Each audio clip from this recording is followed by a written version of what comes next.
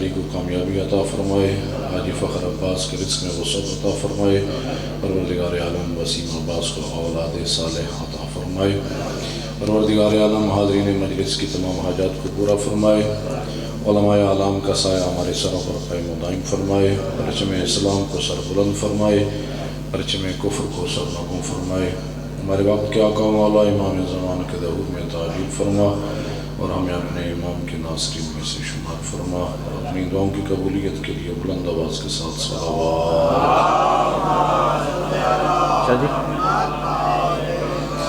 باری دیگر بلند تر صلوات۔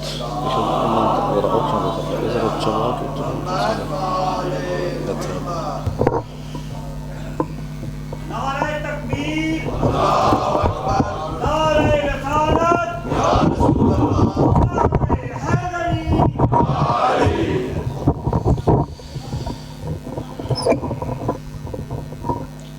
رب اشرح لی صدری ویسر لی امری واحلل عقدۃ من لسانی یفقهوا قولی۔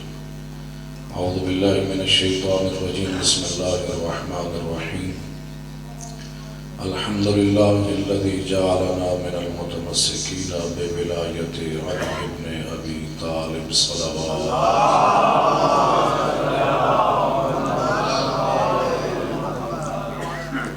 الصلاة والسلام علی النبی الامی القرشی الابتحی المکی المدنی محبوب الہ العالمین سیدنا و نبینا و حبیب قلوبنا و طبیب نفوسنا و اقتدانا اعنی العبد المؤید الرسول المصدد المصطفى الامجد محبوب الہ العالمین ابا القاسم محمد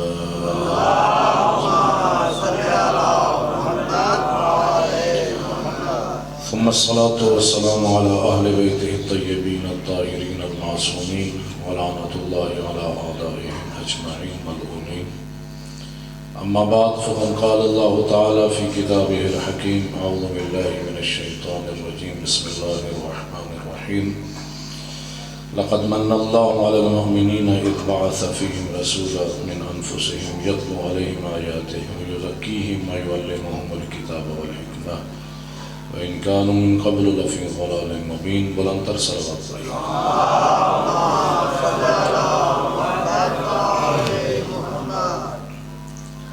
میرے محترم سامعین، عزاداران امام حسین علیہ السلام، یہ ایام رجب جس میں مناسبتیں بہت زیادہ ہیں۔ کل کی مناسبت جو 27 رجب المرجب کا دن گزرا، بعثت پاک پیغمبر صلی اللہ علیہ وآلہ وسلم کا دن،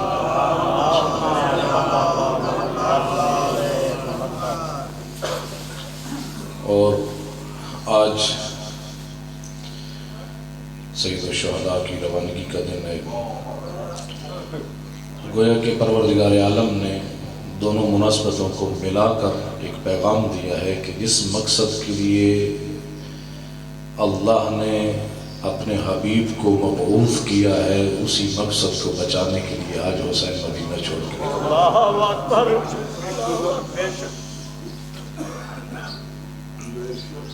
بنیادی مقصد بعثت کیا ہے؟ حقیقت میں باقی مسالک اور مذہب اہل بیت کی ماننے والوں کے درمیان اس دن میں فرق ہے کہ باقی مسالک کے نزدیک یہ معراج کا دن 27 رجب، لیکن مذہب اہل بیت کے نزدیک یہ بعثت کا دن ہے۔ اور بعثت کے مفہوم میں بھی فرق یہ ہے کہ باقی مسالک کے نزدیک یہ اعطاء بعثت کا دن ہے کہ جس دن اللہ نے سید الانبیاء کو رسالت عطا کی، لیکن مذہب اہل بیت کے نزدیک یہ عطاء بعثت نہیں ہے بلکہ یہ اعلان بعثت کا دن ہے۔ یعنی ہمارے نزدیک یہ نہیں کہ 27 رجب کو سید الانبیاء کو 40 سال کی عمر میں ان کو رسالت اللہ نے عطا کی، نہیں، بلکہ رسالت تو اللہ نے اس وقت عطا کی فرمایا کہ کنت نبیا و آدم بین الماء والطین، میں نبی تو اس وقت بھی تھا ابھی آدم کی خلقت نہیں ہوئی تھی۔ اور یہ 40 سال کا عرصہ جو گزارا ہے، یہ حکمت پروردگار عالم ہے کہ سید الانبیاء نے اعلان رسالت نہیں کیا، لیکن رسول تو تھے۔ اور غار حرا میں بعض لوگ کہتے ہیں کہ یہ عبادت کرتے تھے، اور اعلان جو باقی مسالک اور باقی لوگوں کے نزدیک یہ تصور پایا جاتا ہے کہ غار حرا میں عبادت کے لیے جایا کرتے تھے، اور پھر اچانک سید الانبیاء کی ایک طبیعت ناساز ہوئی اور پھر پسینہ شروع ہوا اور پھر واپس آئے، تو اس وقت ایک نابینا ورقہ بن نوفل کہ جو عیسائی ہے، مسلمان بھی نہیں ہے، اور پھر عیسائیت کی حالت میں اس دنیا سے گیا، اس نے آ کر بتایا کہ یہ وقت کے نبی ہیں۔ یہ کیسے ہو سکتا ہے کہ خود نبی کو پتہ نہیں ہے، اور ورقہ بن نوفل کہ جو خود عیسائی ہے، مسلمان نہیں ہے، اور پھر اسلام کی حالت میں مرا بھی نہیں ہے، عیسائیت کی حالت میں اس دنیا سے گیا، اس کو تو پتہ تھا لیکن نبی کو نہیں، نعوذ باللہ پتہ تھا۔ یہ اصلاً ممکن نہیں ہے۔ اب کس انداز میں کہ 40 برس جو اعلان بعثت کے بغیر گزارے ہیں، وہ حقیقت میں یہ نہیں کہ کوئی یہ درجات بلند ہوتے رہے سید الانبیاء کے کہ عبادت کرتے رہیں اور ایک مقام بلند ہو جائے، نہیں، اللہ نے ان کا مقام بلند کر کے بھیجا تھا۔ اور یہ نہیں کہ 40 سال کے عرصے تک وہ کوئی ایک ترقی کے منازل میں تھے اور روحانی درجات بلند ہوتے رہے، نہیں میرے بھائی، یہ رسول اور امامت مذہب اہل بیت کے نزدیک کسی عمر کا محتاج نہیں ہوتا، امام ہوتا ہے چاہے ماں کی گود میں ہی کیوں نہ ہو۔ اللہ اکبر۔ اور یہ تو 40 سال کی عمر میں جب اعلان بعثت کیا ہے، حقیقت میں کہ باقی مسالے کے نزدیک یا باقی برادران کے نزدیک عقیدہ پایا جاتا ہے کہ جبرائیل آئے اور انہوں نے اپنے بعض اوقات سینے سے لگایا اور پھر کہا پڑھ، تو نعوذ باللہ سید الانبیاء نے کہا کیا پڑھوں، پتہ ہی نہیں کہ میں کیا پڑھوں۔ جناب جبرائیل کو پتہ ہے کہ کیا پڑھنا ہے اور رسول خدا کو پتہ ہی نہیں ہے۔ ایسا کیسے ہو سکتا ہے کہ سید الانبیاء کو نہ پتہ ہو کہ میں نے پڑھنا کیا ہے اور جناب جبرائیل کو پتہ ہو؟ بھائی جبرائیل تو وہ ہے کہ خود معصوم فرماتے ہیں کہ یجلس امامہ جلسۃ العبید، جب بھی جبرائیل آتے تو رسول خدا کے سامنے ایسے بیٹھا کرتے تھے کہ جیسے ایک عبد اپنے آقا کے سامنے بیٹھا کرتا ہے۔ مسجد نبوی میں ایک باب جبرائیل ہے، یہ بتاتا ہے کہ جب سید الانبیاء درس دے رہے ہوتے اور اپنے اصحاب کے درمیان میں ہوتے، جبرائیل امین جب وحی خدا لے کے آتے تھے تو پھر یہ نہیں کہ رسول خدا کی اجازت کے بغیر لے کے آتے، بلکہ روایات میں ملتا ہے کہ جناب جبرائیل آتے اور اس باب جبرائیل پر کھڑے ہوتے، انتظار کرتے رہتے جب تک سید الانبیاء اجازت نہ دیتے، اس وقت تک جناب جبرائیل آگے قدم نہ بڑھا سکتے۔ حقیقت میں اس عرصے تک ایک ناصر کی تلاش تھی جو اللہ نے علی کی شکل میں عطا کیا۔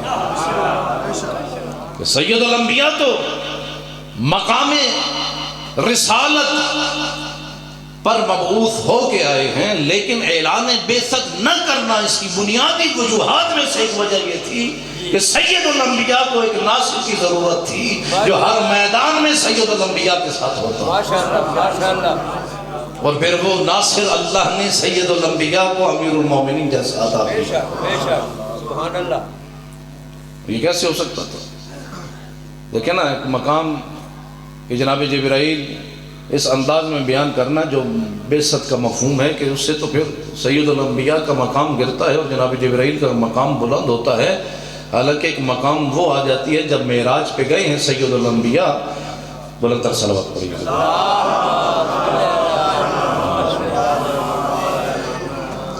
سید الانبیاء جب معراج پر گئے ہیں تو اس وقت بھی ایک مقام ایسا آیا کہ جناب جبرائیل نے کہا کہ اے اللہ کے رسول یہ سدرۃ المنتہا ہے، یہاں میری انتہا ہے، آگے میں نہیں بڑھ سکتا، میں آگے ایک انگلی کا پورا بھی نہیں جا سکتا، آگے بڑھوں تو میرے پر جلتے ہیں۔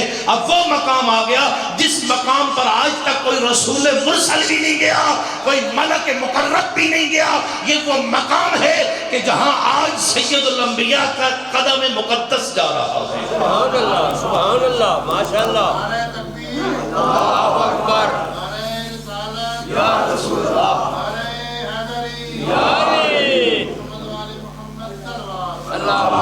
صلی اللہ محمد، ماشاءاللہ۔ اور یہی مقام بعثت ہے۔ اور جب سید الانبیاء پر پہلی وحی الہی نازل ہوئی ہے نا، اس وقت ایک شخصیت ساتھ موجود تھی جسے علی کہتے ہیں۔ خود خطبہ قاصر کے اندر نہج البلاغہ میں امیر المومنین فرماتے ہیں کہ یجاور فی کل سنۃ بحرائن، سید الانبیاء ہر سال غار حرا میں عبادت کے لیے جایا کرتے، وَإِنِّي مَعْهُ، میں ساتھ جایا کرتا تھا، انی اراہ ولا یراہ غیری، میں تھا جو اس وقت سید الانبیاء کی زیارت کر سکتا تھا، میرے علاوہ کوئی نہ تھا جو سید الانبیاء کو دیکھ سکتا۔ انی ارا نور الوحی والرسالہ، میں ہوں کہ جس نے وحی اور رسالت کے نور کو دیکھا۔ سبحان اللہ، ماشاءاللہ۔ انی اشم ریح النبوہ، میں ہوں کہ جس نے خوشبو اس رسالت کو سونگھا۔ فرمایا انی سمعت رنت الشیطان حین نزل الوحی، فرمایا جب پہلی مرتبہ وحی الہی نازل ہوئی اس وقت میں نے شیطان کی چیخ سنی، تو پھر میں نے پوچھا ما هذه الرنہ یا رسول اللہ، اے اللہ کے رسول یہ کس قسم کی چیخ ہے؟ یہ کوئی خیالی باتیں نہیں کر رہا، نہج البلاغہ کی تلاوت کر رہا ہوں قسم، یا رسول اللہ یہ کس قسم کی چیخ ہے؟ اس وقت سید الانبیاء نے فرمایا یا علی هذه رنت الشیطان قد آیس من عبادته، یہ شیطان نے چیخ ماری ہے۔ کیوں؟ اس لیے کیونکہ آج کے بعد شیطان اپنی عبادت کروانے سے مایوس ہو گیا ہے۔ یہ الہی کا سلسلہ شروع ہو چکا ہے، رسالت کا اعلان ہو چکا ہے، لوگوں کی ہدایت کا انتظام ہو چکا ہے۔ آج کے بعد یہ شیطان اپنی عبادت نہیں کروا سکے گا، کیونکہ عبادت کہاں کرواتا ہے شیطان؟ جہاں جہالت ہو، جہاں علم ہو وہاں شیطان اپنی عبادت نہیں کروا سکتا۔ اس لیے وہ کہتے ہیں روایات میں کہ عابد کی عبادت سے شیطان نہیں گھبراتا، عالم کے علم سے شیطان ڈرتا ہے۔ عابد کی عبادت شیطان کی کمر نہیں توڑتی، عالم کا علم شیطان کی کمر کو توڑ کے رکھ دیتا ہے۔ کیوں؟ ایک عابد اپنی انفرادی عبادت کرتا رہے، اسے معاشرے میں کوئی اثر نہیں پڑتا، لیکن جب عالم کا علم معاشرے میں پھیلتا ہے تو پھر معاشرے میں بدعات ختم ہوتی ہوئی نظر آتی ہیں اور سنت الہی زندہ ہوتی ہوئی نظر آتی ہے۔ اس لیے معاشرے کے اندر شیطان یہی چاہتا ہے نا کہ علم نہ پھیلے، معاشرے کے اندر لوگ علماء سے دور ہو جائیں، علم سے دور ہو جائے۔ ہر قسم کا شیطان، چاہے وہ انسانی شکل میں ہو یا شیطانی شکل میں ہو، وہ کبھی نہیں چاہے گا کہ عالم کا علم معاشرے میں پھیلے۔ اس لیے فرمایا قد آیس من عبادت ہے، کہا کہ اے علی آج کے بعد شیطان اپنی عبادت کروانے سے مایوس ہو چکا ہے، کیونکہ پروردگار عالم نے وحی الہی کا سلسلہ شروع کر دیا ہے، قرآن کے نزول کا سلسلہ شروع ہو چکا ہے۔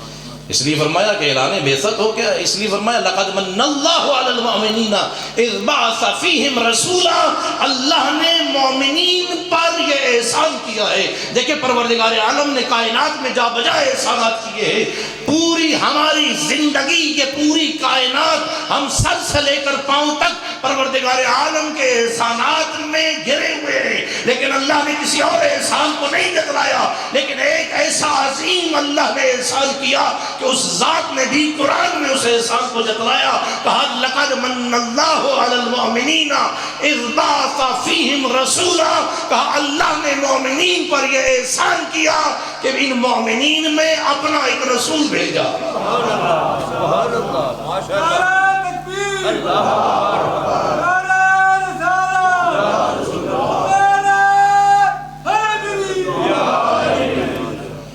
یتلو علیہم آیاتہ،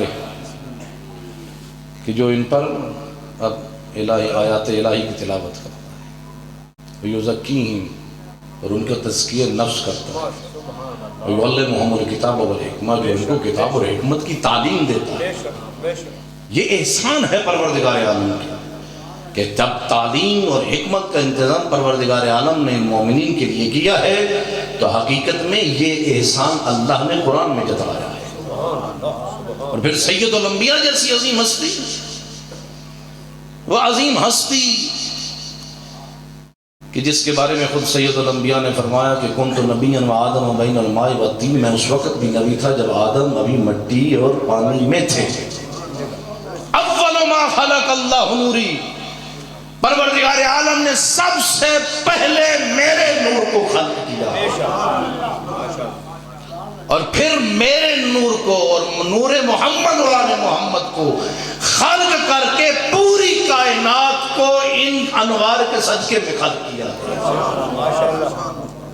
کیونکہ جب پروردگار عالم نے جناب آدم کو خلق کیا نا، جناب آدم کے کیونکہ مٹی سے بنایا اور مٹی کی فطرت میں ایک عاجزی ہے، انکساری ہے، جناب آدم نے اپنے سر کو جھکایا ہے تو اس وقت پروردگار عالم نے کہا ارفع رأسک یا آدم، اے آدم اپنے سر کو بلند کیجئے۔ جناب آدم نے اپنے سر کو بلند کیا، کیا دیکھا؟ نور یطوف حول العرش، ایک ایسا نور ہے جو عرش کے گرد طواف کر رہا ہے۔ تو جناب آدم نے سوال کیا پروردگارہ یہ کس کا نور ہے؟ تو اس وقت پروردگار عالم نے کہا کہ اے آدم یہ میرے اس حبیب کا نور ہے کہ اگر یہ نہ ہوتا تجھ کو نہ بناتا۔ بے شک بے شک بے شک، ماشاءاللہ، اللہ اکبر، یعنی پوری کائنات کو پھر انہی کی محبت میں خلق کیا اللہ، اور پھر ان کو اپنی معرفت کا ذریعہ بنا دیا، اپنے معرفت کا باب بنا دیا۔ فرمایا کہ لولاک لما خلقت الافلاک، اے میرے حبیب اگر آپ نہ ہوتے نہ کائنات کو خلق نہ کرتا۔ کنت کنزا مخفیہ فاحببت ان اعرف فخلقتک یا محمد، فرمایا کہ میں ایک چھپا ہوا خزانہ تھا، میں نے چاہا کہ پہچانا جاؤں، میں ایک ایسا خزانہ تھا جس کو پہچانا نہیں گیا تھا، چھپا ہوا تھا، میری معرفت نہیں تھی، مجھے پہچانا نہیں گیا، میں نے چاہا کہ پہچانا جاؤں، فخلقتک یا محمد، پھر میں نے آپ کو پیدا کیا کہ لوگوں میرے حبیب کو دیکھتے جاؤ اور مجھے پہچانتے جاؤ۔ نعرہ تکبیر، نعرہ رسالت، نعرہ حیدری، صلوات بر محمد۔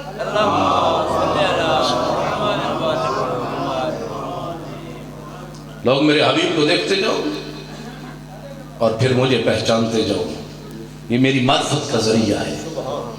اس لیے فرمایا تھا کہ اے امت والوں کتنے عظیم ہو کہ جس میں سید الانبیاء جیسے نبی مبعوث ہوئے۔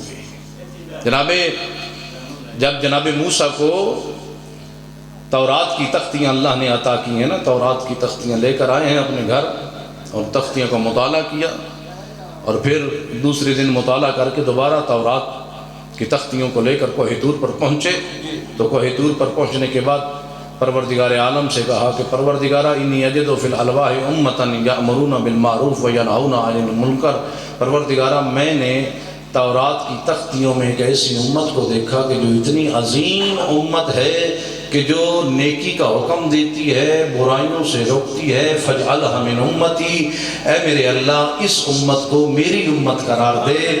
تو جواب آیا کہ یا موسیٰ ہی امت احمدہ، اے موسیٰ وہ تو میرے احمد کی امت ہے۔ اللہ کتنی عظیم امت۔ پھر جناب موسیٰ نے کہا پروردگارہ انی ارا فی الالواح امتا، میرے اللہ میں نے امت کو ایک ایسی عظیم امت کو تورات کی تختیوں میں دیکھا جو اتنی عظیم امت ہے کہ جو خلقت میں سب سے آخر میں، جنت میں سب سے پہلے داخل ہوگی۔ پروردگارہ اتنی عظیم امت فاجعلھا من امتی، میرے اللہ اس امت کو میری امت بنا دے۔ فرمایا یا موسیٰ ہی امت احمدہ، اے موسیٰ وہ تو میرے محمد کی امت ہے۔ پھر کہا پروردگارہ انی اجد فی الالواح امتا، میرے اللہ میں نے تورات کی تختیوں میں ایک ایسی امت کو دیکھا ہے جو اتنی عظیم امت ہے کہ اگر نیکی کا ارادہ کرے گی تو ایک نیکی انجام دے گی تو ایک کے بدلے میں 10 نیکیوں کا اجر، اگر گناہ کا ارادہ کرے گی تو گناہ لکھا نہیں جائے گا، گناہ کرے گی تو ایک کے بدلے میں ایک گناہ لکھا جائے گا۔ پروردگارہ اتنی عظیم امت فاجعلھا من امتی، میرے اللہ اس امت کو میری امت بنا دے۔ فرمایا یا موسیٰ یا امت و احمدہ، یہ اے موسیٰ یہ تو میرے محمد کی امت ہے۔ تو اس وقت جناب موسیٰ نے کہا پروردگارہ تیرے احمد کی امت اتنی عظیم امت ہے کہ جو نیکی کا حکم دیتی ہے، برائیوں سے روکتی ہے، تیرے احمد کی امت اتنی عظیم امت ہے کہ جو خلقت میں سب سے آخر میں اور جنت میں سب سے پہلے داخل ہوگی. تیرے احمد کی امت اتنی عظیم امت ہے کہ اگر نیکی کا ارادہ کرے تو ایک نیکی انجام دے تو 10 نیکیوں کا اجر, گناہ کا ارادہ کرے تو گناہ نہیں لکھا جائے گا, گناہ انجام دے تو ایک کے بدلے میں ایک گناہ. پروردگار اتنی عظیم امت فاجعلنی من امت احمد, میرے اللہ پھر مجھ موسیٰ کو احمد کا امتی بنا دے. اللہ یہ اتنی عظیم امت. میرے محترم, میں کہتا ہوں کہ یہ پروردگار عالم کا احسان ہے, اس ذات نے پاک پیغمبر جیسی عظیم ہستی کا امتی بنایا. اور مقام بعثت کیوں اللہ نے مبعوث کیا اپنے حبیب کو؟ چھوڑ دیتا انسانیت کو, لیکن انسانیت کمال تک نہ پہنچا. وَلَقَدْ لَكُمْ فِي رَسُولِ اللَّهِ أُسْوَةٌ حَسَنَةٌ. لیکن یہ دین پروردگار عالم کسی اور ذریعے سے بھی بھیج سکتا تھا, ملائکہ کے ذریعے بھی یہ دین اس امت تک آ سکتا تھا, لیکن پھر امت ہزارہا ایسے عذر پیش کر سکتی تھی. میرے اللہ یہ نمازیں 5 وقت کی نماز, ایک دن میں 5 وقت کی نماز, فجر کی نماز, اتنی جلدی اٹھنا نہیں ہوتا. پھر فجر کی نماز پڑھ دیں تو پھر زور جو کاروبار کا وقت ہے, کام کاج کا وقت ہے, آفس کا وقت ہے, اس وقت سکول میں ہیں, کالج میں ہیں, ڈیوٹیوں پر ہیں, دفتروں میں ہیں, اپنے کام کاج میں مصروف ہیں. کیسے ممکن ہے کہ پھر زور کی نماز, پھر زور کے بعد پھر عصر کی نماز, پھر مغرب کی نماز, ابھی تو عصر مکمل نہیں ہوئی, پھر مغرب کا ٹائم, پھر عشاء کا ٹائم. میرے اللہ یہ تو پورا دن پھر نمازوں کے ساتھ ہی لگے رہیں. اسی طرح روزوں کے حوالے سے بھی یہی عذر. اگر روزہ واجب ہو جاتا, مثلا حکم آ جائے اس انداز میں, تو پھر انسان عذر پیش کر سکتا تھا. پروردگارہ ایک انسان کے لیے بس کی بات نہیں کہ وہ 30 دن روزے, بھوک اور پیاس, صبح سے لے کر شام تک, طلوع فجر سے لے کر غروب آفتاب تک انسان روزے کی حالت میں رہے, نہ کھائے نہ پیے. ایک انسان کی طاقت میں نہیں ہے, انسان کی بس کی بات نہیں ہے. حج واجب ہو گیا, پروردگارہ حج پر نہیں جا سکتے. ایک انسان اگرچہ مالی استطاعت تو رکھتا ہے, لیکن وقت نہیں ہے. کہاں سے گھر چھوڑ کے چلے جائیں, گھر میں موجود کوئی اور انسان نہیں ہے, کاروبار سلسلہ ٹھپ ہو جائے گا, دکان چلا رہا ہوں دکان بند ہو جائے گی. پروردگارہ یہ ممکن نہیں ہے. لیکن پروردگار عالم نے جہاں دین بھیجا ہے وہیں دین ان عظیم ہستیوں کے ساتھ بھیجا ہے کہ جنہوں نے جہاں ہم تک ایک دن میں 5 وقت کی نماز کا حکم دیا ہے, وہیں ایک دن میں 1000 رکعت پڑھ کے بھی دکھائی. 5 وقت کی نماز کا حکم ہم کو دیا, 17 رکعتیں, کہ بھئی 17 رکعتیں پڑھو, لیکن ساتھ عملاً ایک دن میں 1000 رکعتیں پڑھ کے دکھائیں. ہمیں حکم دیا کہ پورے سال میں 30 دن روزے رکھو, لیکن خود وہ ہستیاں ہیں کہ جو پورا سال روزے کی حالت میں. خود ایک حدیث ہے سید امیر المؤمنین کی, تو اسے پوچھا گیا کہ صرف لیا امیر المؤمنین, امیر المؤمنین کی کوئی صفات بیان کرو, اوصاف بیان کرو, ان کی شخصیت کے بارے میں اگر جانتی ہو تو بیان کرو. تو اس نے کہا کیا تفصیل سے بیان کروں یا مختصر بیان کروں؟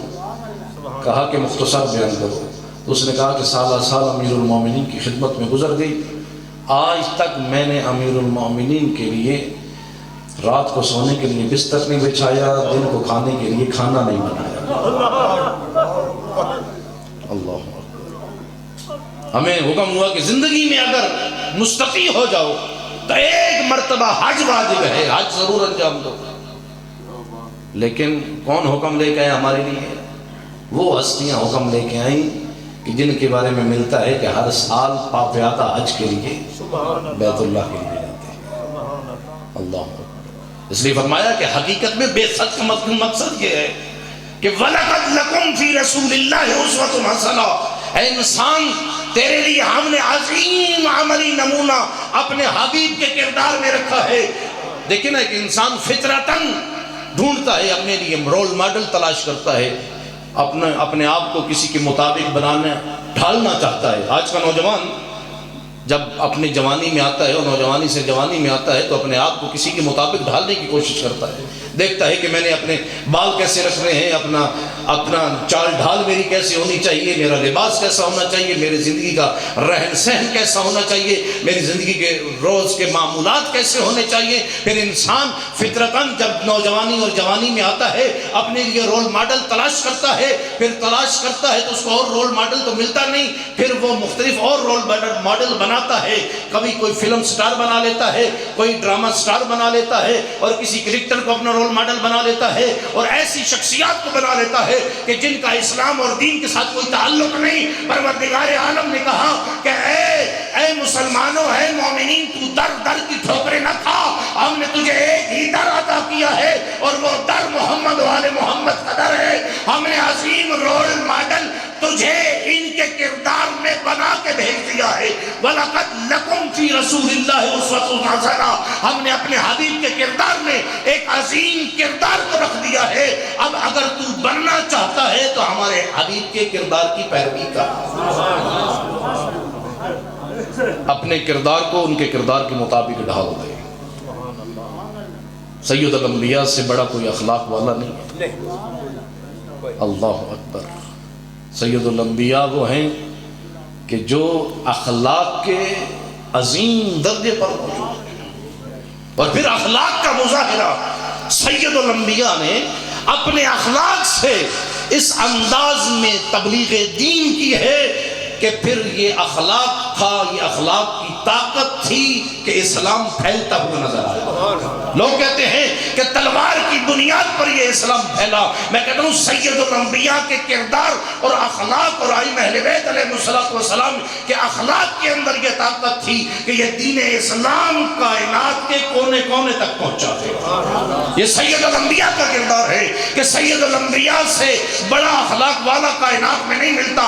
سید الانبیاء وہ عظیم ہستی ہے کہ جن کے اخلاق کی تعریف قرآن کرتا ہوا نظر آتا ہے، اور سید الانبیاء وہ ہستی ہے کہ جن کے کردار میں ملتا ہے کہ لوگ ان پر پتھراؤ کر رہے ہیں، مقابلے میں سید الانبیاء ان کے لیے دعا فرما رہے ہیں۔ کئی ایسے مقامات ہیں کہ کفار مکہ طائف والے اپنے چھوٹے چھوٹے بچوں کو ہاتھوں میں پتھر دے کر سید الانبیاء کے پیچھے لگا دیتے ہیں اور ان پر پتھراؤ کیا جاتا ہے، لیکن جب سید الانبیاء پر ایک فرشتہ آیا، کہا کہ اے اللہ کے رسول، اے حبیب خدا، پروردگار عالم یہ کہہ رہا ہے کہ اے میرے حبیب، اگر تو چاہتا ہے نا تو ان کفار مکہ کو تباہ و برباد کر دیا جائے، یہ پہاڑ ان پر انڈیل دیا جائے۔ لیکن اس وقت سید الانبیاء نے فرمایا کہ نہیں، میں ان کے لیے غضب بن کے نہیں آیا، بلکہ میں ان کے لیے رحمت بن کے آیا۔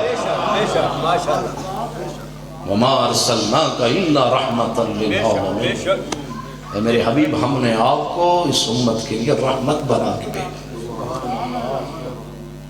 اللہ اکبر۔ اس لیے اپنے کردار کو ان کے کردار کے مطابق ڈھال دیں۔ یہی تو سید الانبیاء کی تعلیمات ہیں کہ تیری آنکھ وہیں اٹھنی چاہیے جہاں سید الانبیاء نے اجازت دی، تیرے اعضاء و جوارے سید الانبیاء کے کردار اور سیرت کے مطابق ڈھال دو، کیونکہ یہی اعضاء و جوارے ہیں کہ جن سے سوال کیا جائے گا، قیامت کے دن سوال کیا جائے گا، یہی گواہیاں دیں گے قیامت کے دن، یہی گواہیاں دیں گے۔ یہ آنکھ گواہی دے گی تیرے خلاف، یہ کان تیرے خلاف گواہی دے گی، یہ ہاتھ تیرے خلاف گواہی دے گی، یہ زبان پوچھا جائے گا نا تو اس وقت یہ آنکھ بتائے گی کہ یہ میرے ساتھ کیا کیا دیکھتا رہا، یہ کان بتائیں گے یہ میرے ساتھ کیا کیا سنتا رہا، یہ ہاتھ بتائیں گے یہ میرے ساتھ کیا کیا کرتا رہا، یہ زبان بتائیں گی یہ میرے ساتھ کیا کیا بولتا رہا، یہ قدم بتائیں گے یہ میرے ساتھ کہاں کہاں چلتا رہا۔ تو قرآن مجید کے اندر ارشاد ہے کہ جب یہ اعضاء و جوارے انسان کے خلاف گواہی دیں گے تو اس وقت یہ انسان پکارے گا اور کہے گا کہ تجھے کیا ہو گیا، اے آنکھ تجھے کیا ہو گیا، اے زبان تجھے کیا ہو گیا، اے کان تجھے کیا ہو گیا، میرے خلاف گواہی۔ تو اس وقت یہ اعضاء و جوارے جواب دیں گے کہ اے انسان ہوش کے ناخن لے، ہم تیرے تابع نہیں ہیں، ہم امر الہی کے تابع ہیں، ماشاءاللہ، ہم اس ذات کے امر کے تابع ہیں۔ بس عزادارو، اپنے آپ کو ڈھال دو ویسے کہ جس مقصد کے لیے سید الانبیاء کو پروردگار عالم نے مبعوث کیا، اور وہی مقصد ہے بعثت پیغمبر کا، وہی مقصد ہے ولایت اہل بیت کا۔ اور حقیقی شیعہ ہی وہ ہے کہ جو بعثت پیغمبر اور ولایت اہل بیت علیہ السلام کے مقصد کو پورا کرے.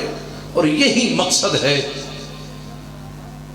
کہ جس مقصد کے لیے اللہ نے سید الانبیاء کو مبعوث کیا، جس مقصد کے لیے پروردگار عالم نے ائمہ اہل بیت علیہ السلام کو ولایت عطا کی ہے، اسی مقصد کے لیے آج 28 رجب کو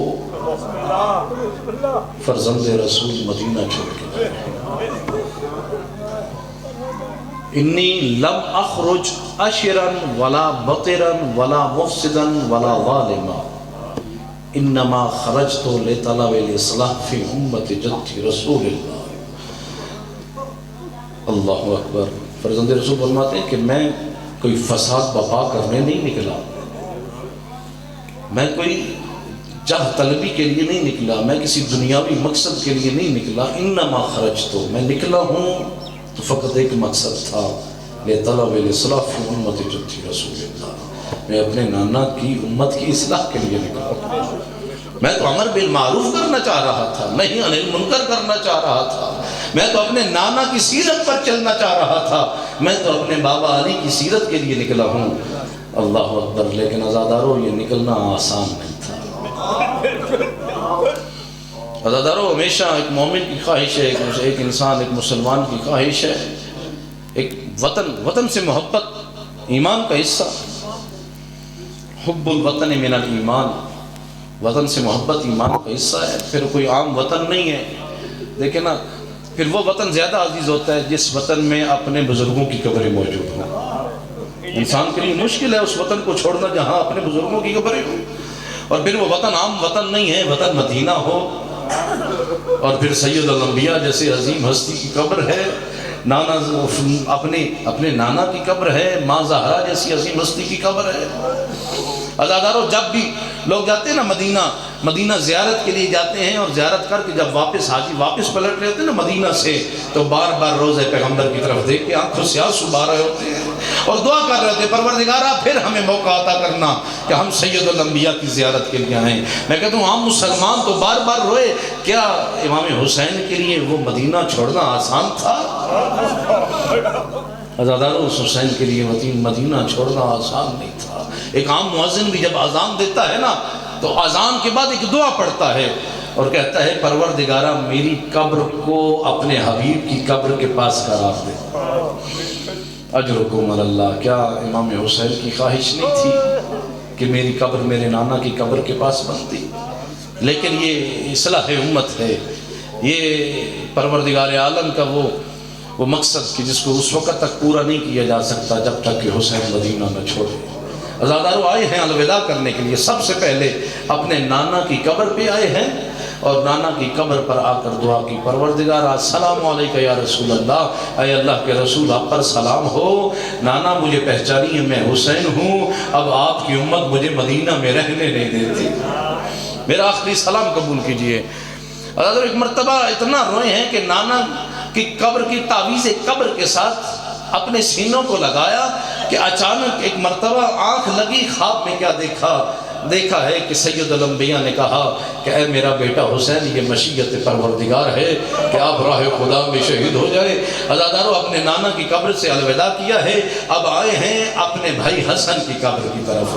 بھائی حسن کی قبر دیکھیں نا، ایک بھائی دوسرے بھائی سے الوداع ہو رہا ہے، ایک بھائی دوسرے بھائی سے الوداع کر رہا ہے کہ بھائی حسن اب یہ امت مجھے اس مدینہ میں رہنے نہیں دیتی. عزادارو، جب اپنے نانا سے الوداع کیا ہے نا اور اپنے بھائی سے الوداع کیا ہے تو اپنے بھائی کے الوداع کے بعد اب رخ کر لیا ہے اپنی ماں زہرا کی قبر کی طرف. اب مقتل کے جملے ہیں جب اپنے نانا کی قبر کی طرف جا رہے تھے نا یا اپنے بھائی کی طرف کی قبر کی طرف، تو قدم تھم کے رکھ رہے تھے، بڑے پروقار طریقے سے اطمینان کے ساتھ چل کے اپنے نانا کی قبر بھی پہنچے، اپنے بھائی حسن مجتبیٰ کی قبر بھی پہنچے.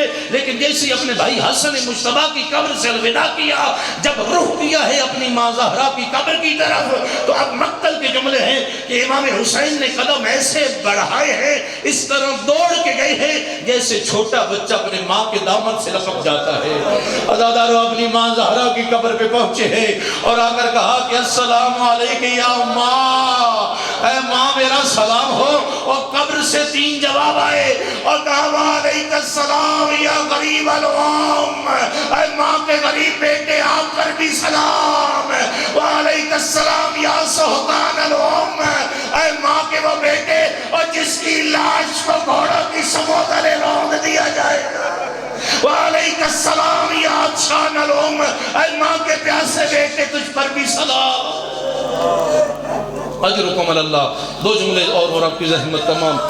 عزاداروں جب پہنچے ہیں نا واپس مولا الوداع کرنے کے بعد جب قبیلہ بنی ہاشم کے محلے میں پہنچے ہیں تو اس وقت تیاری ہر طرف چل رہی ہے نا.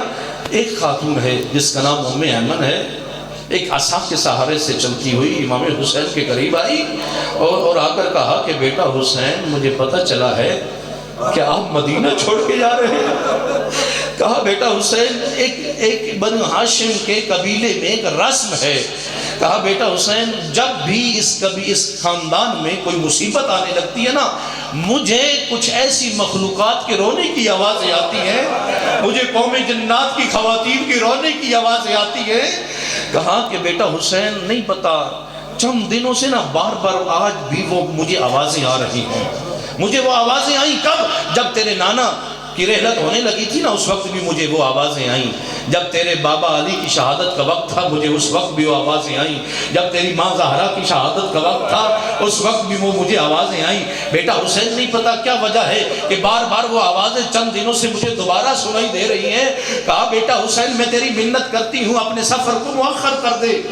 عزادارو اس وقت جناب ام ایمن سے کہا کہ پھوپھی اماں یہ مشیت پروردگار ہے کہ میں مدینہ چھوڑ کے چلا جاؤں.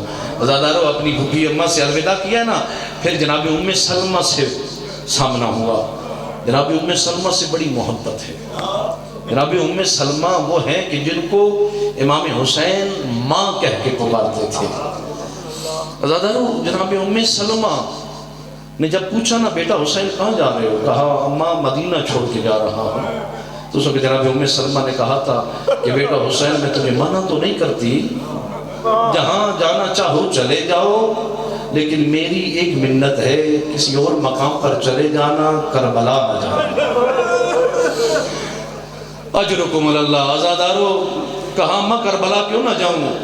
اور کہا اس لیے کیونکہ تیرے نانا نے کو میں نے کل خواب میں دیکھا. کیا دیکھا؟ کہا کہ تیرے نانا کہہ رہے تھے کہ میرا حسین ایسے مقام پر شہید کر دیا جائے گا کہ جس کا نام کربلا ہوگا. عزادارو اور اس کے بعد پھر امام حسین نے کہا تھا ایک جملہ کہا کہ ہم کہا اماں جو مٹی میرے نانا نے کربلا کی مٹی دی ہے نا اس کے ساتھ ایک اور مٹی میں آپ کو دیتا ہوں وہی اپنے ساتھ رکھ لیجئے گا. لیکن میں کہتا ہوں کہ جب یہ آپ کو پتہ نہ چلے نا کہ میرے حالات کیسے ہیں آپ مٹی کو بار بار دیکھتے رہنا. یہ خاک کربلا کی مٹی ہے. اگر یہ مٹی نہ رہے بلکہ تازہ خون میں بدل جائے تو سمجھ لینا تیرا حسین نہ رہا اس دنیا میں. الا لعنت اللہ علی القوم الظالمین وسيعلم الذین